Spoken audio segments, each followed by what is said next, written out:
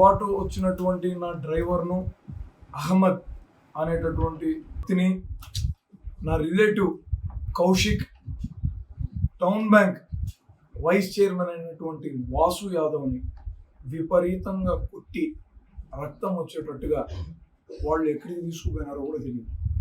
Police వారికి ఫిర్యాదు చేస్తుంటే మమ్మల్ని అక్కడి నుంచి పంపించేయడం తప్ప వీరు ఎక్కడున్నారు, వీళ్ళ మీద నిజంగా ఏమన్నా అక్కడ ఉన్నటువంటి వాళ్ళు ఈ దౌర్జన్యం చేశారా అన్నటువంటి దాన్ని కనుగొనే ప్రయత్నమే చేయలేదు.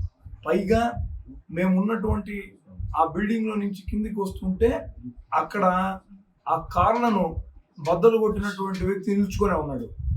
అతన్ని మా వాళ్ళందరూ కూడా పట్టుకున్నా కూడా అతన్ని కస్టడీలోకి తీసుకునేటటువంటి ప్రయత్నం పోలీసు వారు చేయకపోవడం అన్నది చాలా విచారించదగ్గ విషయం. అంటే అవతల పార్టీ వాళ్ళని కొట్టి చంపేసినా ఓకే, మేము చూస్తూ ప్రేక్షకుల్లాగా ఉండిపోతామన్న చందాన బిహేవ్ చేయడం అన్నది తగదు.